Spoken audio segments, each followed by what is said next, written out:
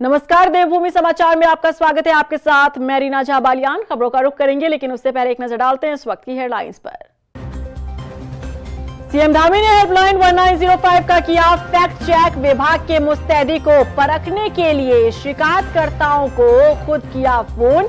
बातचीत में मुख्यमंत्री को मिला positive feedback. Bindal Rispana elevated road निर्माण पर गरमाई सियासत। शहर की सूरत बदलने से पहले कांग्रेस ने उठाई पुनर्वास की मांग। बीजेपी बोली हर चीज में नहीं अच्छी लगती राजनीति। अल्मोड़ा को मिली बड़ी सौगात। 74.75 करोड़ की जिला योजनाओं के लिए बजट पास। मंत्री धन सिंह रावत ने कहा बदलेगी शहर की सूरत, विकास कार्य पकड़ेगी रफ्तार।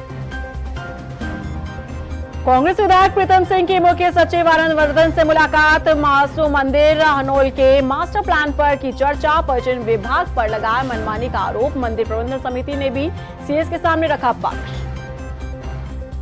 और चलिए अब बुलेटिन की शुरुआत कर लेते हैं। बुधवार को मुख्यमंत्री पुष्कर सिंह धामी ने सीएम हेल्पलाइन 1905 पर दर्ज होने वाली शिकायतों के निस्तारण पर फैक्ट चेक किया। दरअसल मुख्यमंत्री ने विभाग की मुस्तैदी को परखने के लिए शिकायतकर्ताओं को खुद फोन किया और इस दौरान सीएम ने आवेदकों से फोन पर बातचीत कर फीडबैक लिया। वहीं शिकायतकर्ताओं ने बताया कि सीएम धामी ने संज्ञान लेने के बाद उनकी समस्याओं का समाधान किया है और सभी आवेदकों ने मुख्यमंत्री का आभार जताया। राजधानी देहरादून में आयोजित संयुक्त संसदीय समिति की बैठक में मुख्यमंत्री पुष्कर सिंह धामी ने हिस्सा लिया। यहां उन्होंने लोकतंत्र को और सशक्त बनाने के लिए एक देश एक चुनाव पर चर्चा की। उन्होंने कहा कि हमारी चुनाव प्रणाली विविधताओं के बावजूद प्रभावी और मजबूत रही है, लेकिन अलग अलग समय में चुनाव होने से बार बार आचार संहिता लगती है। इसके चलते राज्यों के सारे काम ठप पड़े जाते हैं और इसका असर प्रशासनिक मशीनरी पर भी पड़ता है। लिहाजा हमें इस दिशा में काम करना चाहिए। वहीं राजधानी देहरादून में मुख्यमंत्री पुष्कर सिंह धामी ने एनडीआरएफ के 30वें पर्वतारोहण अभियान शौर्य का फ्लैग ऑफ किया। इस मौके पर सीएम धामी ने खुशी जाहिर करते हुए एनडीआरएफ के जवानों को 30वें पर्वतारोहण अभियान पर जाने की शुभकामनाएं दी। उन्होंने कहा कि निश्चित ही हमारे जवान इस अभियान में सफल होंगे, साथ ही इस ट्रैक पर आने वाले अन्य पर्वतारोहितों को भी मार्गदर्शन वो बनेंगे। देहरादून में रिस्पना बिंदाल एलिवेटेड रोड को लेकर सियासत गरमाने लगी है। जहां एक और सरकारी मशीनरी एलिवेटेड रोड के निर्माण को लेकर तेजी दिखा रही है, तो वहीं सियासी दल इस पर राजनीति करते दिख रहे हैं। बता दें कि इस रोड के निर्माण की जद में 2619 घर आ रहे हैं। देखिए report. Bindal Rispana elevated road के निर्माण की प्रक्रिया तेज। एलिवेटेड रोड के निर्माण पर गरमाने लगी सियासत। कांग्रेस ने पुनर्वास की उठाई मांग। बीजेपी ने राजनीति नहीं करने का दिया सुझाव। एलिवेटेड रोड की जद में 2619 मकान। देहरादून में एलिवेटेड रोड बनाने को लेकर जहां एक और सरकारी मशीनरी ने तेजी दिखाई है, तो वहीं नेताओं के बीच इस एलिवेटेड रोड के निर्माण के चलते टूटने वाले मकानों के मसले पर राजनीति जारी है। कांग्रेस प्रदेश अध्यक्ष इस एलिवेटेड रोड के निर्माण की जद में आने वाले मकानों में रहने वाले लोगों के पुनर्वास की मांग कर रहे हैं। देखिए, एलिवेटेड रोड्स की आवश्यकता निश्चित ही बढ़ते उसके समय है, लेकिन नागरिकों को उसका नुकसान नहीं होना चाहिए। पूरा मुआवजा जिनके मकान या घर वो किए जा रहे हैं, अगर डिसमेंटल किए जा रहे हैं, कुछ ऐसा किया जा रहा है, तो उनको पूरा मुआवजा दिया जाना चाहिए। उनको उनकी रजामंदी इसमें होनी चाहिए। ज़बरदस्ती इसमें अधिग्रहण नहीं किया जाना चाहिए और लोगों को तैयार करके इसके लिए काम करना चाहिए। डेवलपमेंट के कामों में रोक नहीं होनी चाहिए, लेकिन किसी को उसका नुकसान ना हो, ये बात का ध्यान जरूर रखना चाहिए। वहीं बीजेपी के विधायक और शहर के मेयर रह चुके विनोद चमोली एलिवेटेड रोड के निर्माण को न सिर्फ एक बहुत बड़ा कदम बता रहे हैं, बल्कि इसे शहर की सूरत बदलने वाला भी बता रहे हैं। इसके साथ ही विनोद चमोली ने कहा कि जिन लोगों के पास भी निर्माण के स्वामी होने का प्रमाण होगा, उनका पुनर्वास भी किया जाएगा। नहीं, देखिए, शहर के डेवलपमेंट को टोटलिटी आपको देखना पड़ेगा। आप पर्टिकुलर एक सेगमेंट उठा के देखेंगे तो आपको दिक्कत आएगी। जब हम मलिन बस्तियों की बात करते हैं तो मलिन बस्तियों में मात्र 3000 मकान नहीं है, मलिन बस्तियों में 40,000 से ऊपर मकान है। अगर हम 3000 मकानों का विस्थापन करते हैं, उनकी अस्थायी व्यवस्था कर देते हैं, उनको उजड़ने से बचाते हैं, क्योंकि आज की डेट में तो मलिन बस्ती क्षेत्र है, अगर उनको कहीं अस्थायी मकान दे देते हैं, उनका आवास सुरक्षित कर देते हैं, सुनिश्चित कर देते हैं, तो मैं नहीं समझता उनके साथ कोई अन्याय होने वाला है। और 3000 मकानों को शिफ्ट करने के बाद अगर हम लगभग 40,000 मकानों को बचा रहे हैं, 40,000 लोगों के घरों को हम सुरक्षित कर रहे हैं और उसका संरक्षण कर रहे हैं, तो मैं नहीं समझता कि ये कोई घाटे का सौदा है। ये बेहतर काम हो रहा है। और जो लोग यहाँ से विस्थापित किए जाएंगे उनको भी हमने रेस्ट एश्योर किया है कि आप इस प्रोजेक्ट का हिस्सा हैं, आपको विस्थापित करना, आपकी आवासीय व्यवस्था करना ये सरकार की जिम्मेदारी है और सरकार ने ये जिम्मा उठाया और इस प्रोजेक्ट का उसको हिस्सा बनाया है। देहरादून में बढ़ता पॉपुलेशन और इसके साथ ही बढ़ता जाम शहर के लिए एक बड़ी समस्या है। इसी समस्या को दूर करने के लिए देहरादून में रिस्पना बिंदाल एलिवेटेड रोड का निर्माण होना है ताकि लोगों को जाम के झाम से निजात मिल सके। लेकिन इस बीच परियोजना का विरोध शुरू हो चुका है क्योंकि इस एलिवेटेड रोड को बनाने की जद में हजारों मकान आ रहे हैं। जहां रिस्पना बिंदाल एलिवेटेड रोड का निर्माण होना है उस जगह पर 2619 घर हैं जिन्हें हटाने के लिए एलिवेटेड रोड का निर्माण मुमकिन है। दरअसल बिंदाल तट पर 1499 घर हैं तो वहीं रिस्पना किनारे पर 1120 कच्चे पक्के मकान हैं। रिस्पना नदी के ऊपर बनने वाली एलिवेटेड रोड के लिए 44.6421 और बिंदाल 43.9151 हेक्टेयर भूमि का अधिग्रहण किया जाना है। इसमें 26 मोहल्लों की भूमि शामिल है। इस भूमि पर 2619 कच्चे और पक्के मकान बने हैं जो रोड की जद में आने से ध्वस्त हो सकते हैं। रिस्पना के आखिर किन मोहल्लों पर खतरा मंडरा रहा है बताते हैं आपको। 11 किलोमीटर सड़क को अजबपुर कला, धर्मपुर, डालनवाला, कंडोली, अधोईवाला, जाखन, धोरणखास, किशनपुर, तरला, नागल डाकपट में भूमि अधिग्रहण की जानी है। रिस्पना पुल से लेकर नांगल पुल तक 399 कच्चे और 771 पक्के मकान रोड की जद में आ रहे हैं। जानकारी के मुताबिक रिस्पना और बिंदाल पर जो मकान रोड की जद में आ रहे हैं उनमें 70% से ज्यादा मकान अवैध हैं जो सरकारी भूमि पर बसे हैं। बिंदाल में कहां किया जाएगा अधिग्रहण का कार्य ये भी आपको बताते हैं। बिंदाल नदी पर बनने वाली 15 किलोमीटर सड़क के लिए कारगी ग्रांट, ब्राह्मणवाला, देहरा खास, निरंजनपुर, कावली, चक्खूवाला, डोबालवाला, हाथी बड़कला, विजयपुर, जाखन, विजयपुर जोहड़ी, मालसी, प्रीतपुर सौंतर, कुशनपुर, ढाकपट्टी में जमीन का अधिग्रहण होना है। बिंदाल पुल से मसूरी रोड मैक्स अस्पताल तक 560 कच्चे और 934 पक्के मकान जद में आ रहे हैं। एलिवेटेड रोड की जद में आने वाले मकान में रह रहे लोगों ने अब इस परियोजना का विरोध शुरू कर दिया है। उनकी मांग है कि मकान ध्वस्तीकरण से पहले उनका पुनर्वास किया जाए। वहीं इन लोगों को कांग्रेस का समर्थन मिल रहा है तो वहीं बीजेपी कांग्रेस से इस मुद्दे पर राजनीति नहीं करने की सलाह दे रही है।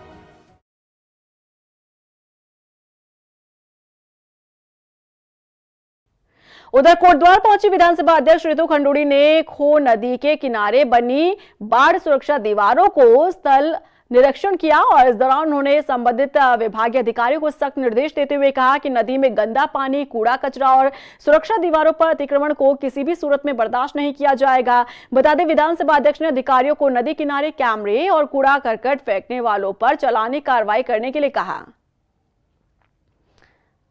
वहीं अल्मोड़ा में कैबिनेट मंत्री धन सिंह रावत ने 74.75 करोड़ की जिला योजनाओं को मंजूरी दी है। इस दौरान उन्होंने विभागवार योजनाओं की भी समीक्षा की और इस मौके पर मंत्री धन सिंह रावत ने अधिकारियों की जरूरी दिशा निर्देश दिए। विकास कार्यों की गुणवत्ता और पारदर्शिता का ख्याल रखा जाए इसके लिए कहा गया और इसके अलावा स्वास्थ्य सेवाओं पर भी जोर दिया जाए।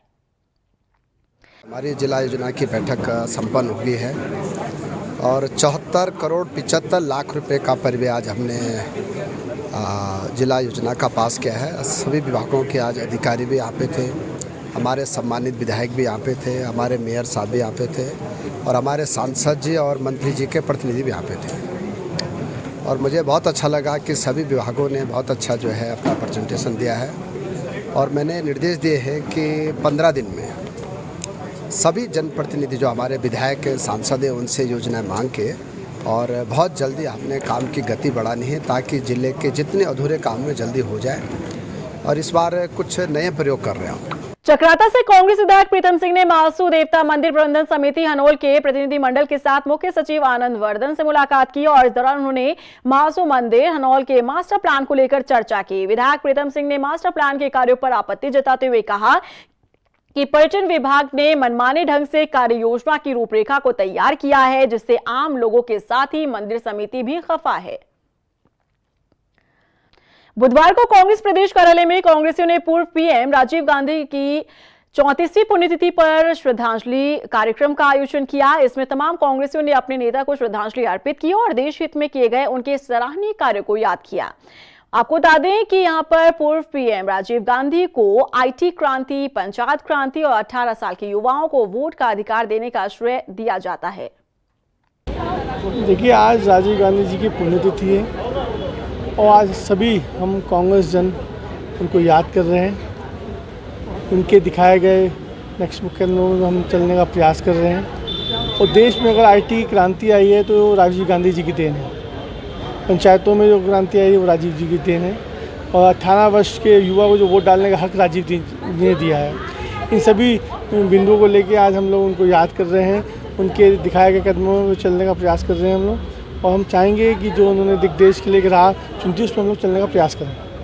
पौड़ी में पेयजल किल्लत को दूर करने के लिए एक और पंपिंग योजना के जरिए जल आपूर्ति की तैयारी चल रही है। दरअसल नानघाट पंपिंग योजना से जिले में पेयजल किल्लत की समस्या जस की तस है। ऐसे में कैबिनेट मंत्री धन सिंह रावत ने एक और लिफ्टिंग योजना के लिए पौड़ी में जल आपूर्ति के लिए संबंधित अधिकारियों को जरूरी दिशा निर्देश दिए। कहा जा रहा है कि जल्दी इस योजना की डीपीआर तैयार हो जाएगी। पौड़ी नगर के लिए हम लोगों ने पहले जो है नानघाट योजना दी थी।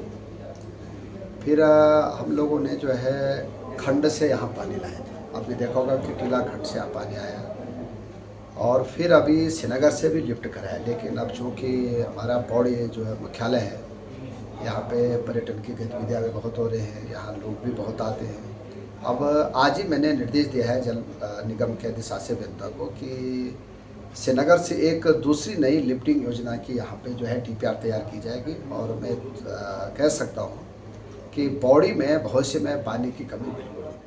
पाकिस्तान के लिए जासूसी के शक में गिरफ्तार यूट्यूबर ज्योति मल्होत्रा सुरक्षा एजेंसियों के रडार पर है। ज्योति मल्होत्रा पर आरोप लग रहे हैं कि यूट्यूब वीडियो बनाने के आड़ में वो पाकिस्तान तक भारत की संवेदनशील जानकारी पहुंचाती थी। और क्या आप जानते हैं, हिसार की रहने वाली यूट्यूबर ज्योति मल्होत्रा ने उत्तराखंड में भी आकर कई जगहों पर वीडियोस बनाए, जिसे लेकर सवाल उठने लगे हैं कि उत्तराखंड की इतनी यात्रा करना सिर्फ ब्लॉगिंग के लिए था या फिर मकसद कुछ और हो सकता है। देखिए रिपोर्ट। उत्तराखंड भी आ चुकी है यूट्यूबर ज्योति मल्होत्रा। ज्योति पर पाकिस्तान के लिए जासूसी का है आरोप। उत्तराखंड के कई धार्मिक स्थलों पर किया वीडियो शूट। व्लॉगिंग मकसद या फिर कुछ और। पाकिस्तान के लिए जासूसी के शक में गिरफ्तार यूट्यूबर ज्योति मल्होत्रा सुरक्षा एजेंसियों के रडार पर आ गई है। ज्योति मल्होत्रा पर पाकिस्तान के अधिकारियों के संपर्क में आकर संवेदनशील सूचनाएं साझा करने का आरोप है और उसकी ट्रैवल हिस्ट्री बताती है कि वो कई बार उत्तराखंड भी आ चुकी है और उसने राज्य के कई संवेदनशील और धार्मिक स्थलों पर वीडियोस बनाए हैं, जिसमें केदारनाथ, बद्रीनाथ, गंगोत्री, हरिद्वार, ऋषिकेश, देहरादून से लेकर कैची धाम और जागेश्वर तक ज्योति ने हर जगह कैमरा लेकर वीडियो शूट किया। अपने वीडियो में वो धार्मिक स्थलों की व्यवस्थाओं, रहने खाने के खर्च और यहाँ तक कि फ्री रुकने की जगहों की भी जानकारी देती दिखती है, जिस पर सवाल उठ रहे हैं कि क्या ये यात्राएं सिर्फ ब्लॉगिंग थी या फिर इसके पीछे कुछ और गंभीर मकसद छुपा था, क्योंकि कई वीडियो में वो स्थानीय बाबाओं, तीर्थ व्यवस्थाओं और धार्मिक परिसरों के भीतर से लाइव जानकारी देती नजर आ रही है। इसी वजह से सुरक्षा एजेंसियां उसके YouTube चैनल से लेकर सोशल मीडिया तक के हर गतिविधि को खंगाल रही है। ये जो प्रकरण है इस ब्लॉगर का, जिसको हरियाणा पुलिस ने डिटेन किया है, ये इसको हमने सोशल मीडिया पे भी देखा कि इन्होंने यहाँ पे ब्लॉग बनाया है। तो संबंधित के लिए जहाँ पे भी ये गई हैं वहाँ पे हम इसको जांच करवा रहे हैं। साथ साथ अगर कोई भी ऐसी कोई इन्फॉर्मेशन अगर सेंट्रल एजेंसीज अगर गढ़वाल रेंज से मांगती हैं तो हम उनको उसमें पूरा सहयोग करेंगे। ट्रैवल ब्लॉगिंग की आड़ में कहीं कोई बड़ा नेटवर्क तो सक्रिय नहीं, ये सवाल अब सुरक्षा एजेंसियों के सामने है और इस केस की जांच में हर वीडियो, हर पोस्ट और हर यात्रा का मतलब तलाशा जा रहा है, क्योंकि ज्योति मल्होत्रा फिलहाल एजेंसियों की गिरफ्त में है और आगे आने वाले दिनों में हो सकता है कि ये मामला देश की सुरक्षा से जुड़ा एक और बड़ा खुलासा बनकर सामने आए।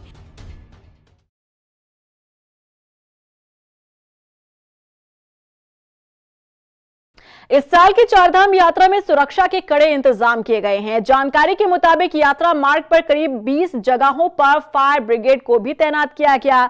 अग्निशमन उप निदेशक संदीप राणा की माने तो करीब 74 पुलिस कर्मियों की ड्यूटी लगाई गई है। वहीं यात्रा मार्ग पर पड़ने वाले 19 फायर स्टेशन पर 111 रिजर्व बल रखा गया है। देखिए, जहाँ तक वर्तमान में जो चारधाम यात्रा चल रही है, श्री केदारनाथ जी, बद्रीनाथ जी, गंगोत्री, यमुनोत्री जी में, तो वहाँ पर जो अग्नि सुरक्षा व्यवस्था को लेकर जो प्रबंधन की बात है, तो उसमें हमारे मुख्यालय स्तर पर डीजीपी महोदय द्वारा और शासन स्तर पर भी जो है उसमें दिशा निर्देश निर्गत किए गए हैं, जिसके तहत एक स्टैंडर्ड ऑपरेटिंग प्रोसीजर SOP जो है निर्गत की गई है, जो संबंधित जनपद है जहाँ जहाँ पे चारों धाम जो है स्थित है। और जो यात्रा मार्ग है हमारा, जो हरिद्वार हमारे जो है नारसन बॉर्डर से स्टार्ट हो जाता है और विभिन्न जो है क्षेत्र जो हमारे, जैसे ऋषिकेश क्षेत्र हो गया, फिर देवप्रयाग हो गया और फिर हमारा रुद्रप्रयाग हो गया, और फिर अलग अलग उसमें धामों के लिए चले जाते हैं, जैसे उत्तरकाशी के लिए चले जाते हैं, फिर बद्रीनाथ जी के लिए चले जाते हैं।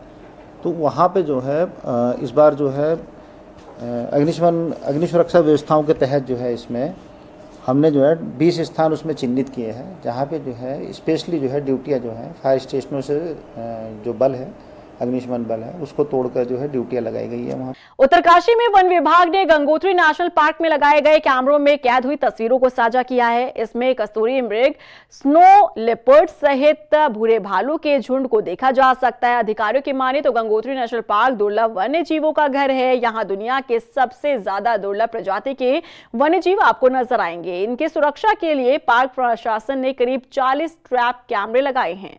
देखिए, गंगोत्री नेशनल पार्क में मुख्यतः जो हमारे कैमरा ट्रैप्स लगे थे, इस बार तो कैमरा ट्रैप्स में snow leopard, brown bear, leopard cat, musk deer, bharal, ये सब जानवर हमारे उसमें कैप्चर हुए हैं और रेड फॉक्स भी बल्कि कैप्चर हुई है।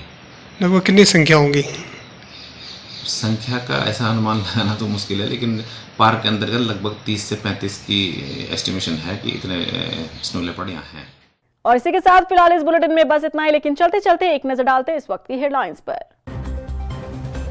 सीएम धामी ने हेल्पलाइन 1905 का किया फैक्ट चेक। विभाग के मुस्तैदी को परखने के लिए शिकायतकर्ताओं को खुद किया फोन। बातचीत में मुख्यमंत्री को मिला positive feedback. Bindal Rispana elevated road निर्माण पर गरमाई सियासत। शहर की सूरत बदलने से पहले कांग्रेस ने उठाई पुनर्वास की मांग। बीजेपी बोली हर चीज में नहीं अच्छी लगती राजनीति। अल्मोड़ा को मिली बड़ी सौगात। 74.75 करोड़ की जिला योजनाओं के लिए बजट पास। मंत्री धन सिंह रावत ने कहा बदलेगी शहर की सूरत, विकास कार्य पकड़ेगी रफ्तार। कांग्रेस विधायक प्रीतम सिंह की मुख्य सचिव आनंद वर्धन से मुलाकात। मासू मंदिर हनोल के मास्टर प्लान पर की चर्चा। पर्यटन विभाग पर लगाया मनमानी का आरोप। मंदिर प्रबंधन समिति ने भी सीएस के सामने रखा पक्ष।